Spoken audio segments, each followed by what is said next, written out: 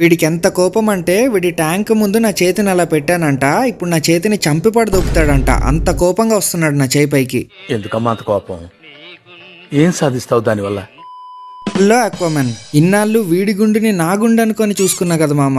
ఎంత ప్రేమగా వీడి గుండెని పెంచాను, అలాంటిది ఇప్పుడు నా చేతినే కరవడానికి వస్తున్నాడు. గురువుగారు అంటే నాకు హరి హరి గుండెల మీద తన్నేవరా?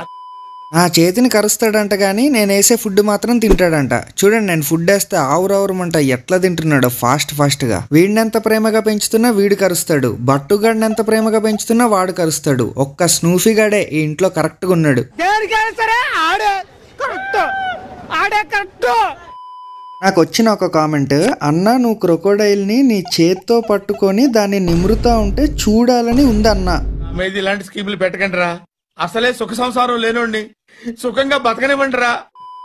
అయితే మామ, నిన్న వీడియోలో 30K లైక్స్ ఫినిష్ అయితే అలిగేటర్ గారితో కరిపించుకుంటా అన్నా కదా, ఆ వీడియోకి కొన్ని కామెంట్స్ వచ్చాయి భయ్యా, గుండెలు పిండేశాయి అంతే. మీరు బాగుండాలి బ్రో, అందుకే నేను లైక్ చెయ్యను, నేను ఓడిపోయినా ప్రాబ్లం లేదు.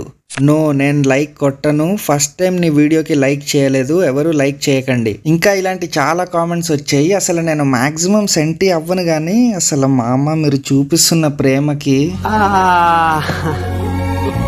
మీకు థ్యాంక్ యూ చెప్పిన తక్కువే, లవ్ యూ చెప్పిన తక్కువే. ఇంకొక కామెంట్ చూడండి, మీ ఏలే నాకు ముఖ్యం అన్నా అంట. నిజంగా ఇవన్నీ చదువుతున్నప్పుడు నా రియాక్షన్